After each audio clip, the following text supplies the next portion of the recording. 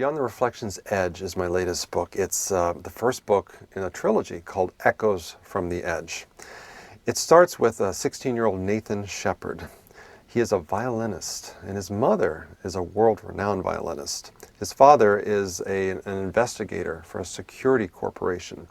You know, if a technology corporation gets some of their technology stolen, he will go and try to retrieve it and get the ne'er-do-wells arrested. So he has a very dangerous occupation. Well, Nathan travels all over the world with his parents because of their occupations, so he has a personal tutor. He never gets to go to school, so he learns on the road. Well, one day he is doing a violin duet with his mother for the shareholders of his father's security corporation. And while he's doing the duet, he has a long solo part where he walks to the front of the stage and he closes his eyes as he's playing. And when his mother is supposed to come back into the duet with her violin, she doesn't.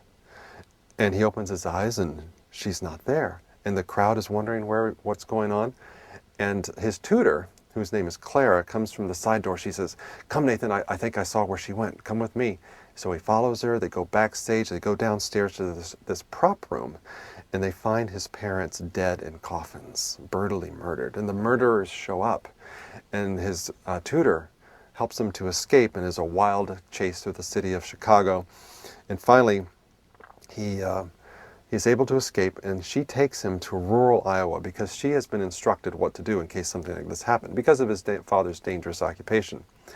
So she takes him there, and the safe house where she takes him is owned by his father's college buddy, a guy named Tony. Well, Tony has a 16-year-old daughter named Kelly. Now, Kelly was raised in a completely different way. Not the same morals, not the same outlook and perspective on life.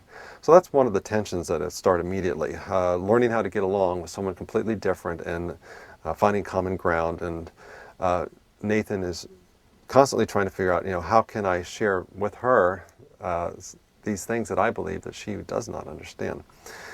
But the crisis continues when his tutor brings to him this trunk, like a treasure chest trunk, that his father said, if anything ever happens to me, he needs to have this trunk. But they can't open it. There's no hinges, no lock, no latches. They can't figure it out. So one night when he's getting ready for bed, he is getting undressed for bed, and the trunk is on the wall behind him. And in front of him is a mirror that covers the entire wall.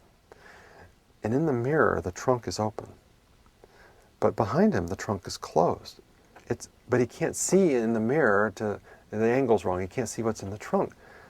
So he decides to try to guide his reflection's hands into the trunk so that his reflection can pick it up. But he decides, he has to keep looking at the mirror because that's the only time it's open. So he puts his hands behind him and stoops down to reach into the trunk while it's open. And he can't look back because he knows it'll close if he looks back at it. So he reaches in there and picks up 2 items and puts them on the floor and turns around. The trunk is closed again, but now on the floor are his mother's violin and his father's camera. And the way it turns out is that when he takes pictures with the camera, the pictures that are developed are from things from the past. He took a picture of the girl in the house, and it turned into his mother when she was little. He took a picture of the house, and the tree in the front was 20 feet shorter. It was from the past. And his mother's violin, whenever he plays it, the girl that's in the house, she hears voices.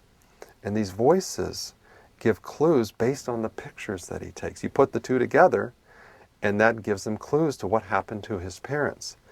But unfortunately for him, he has to take the girl along because she's the only one who hears the voices. So they have to team up and learn how to get along in order to solve the mystery. And that's pretty much the beginning. I don't want to give away too many spoilers, but it's a wonderful adventure that goes through 3 books.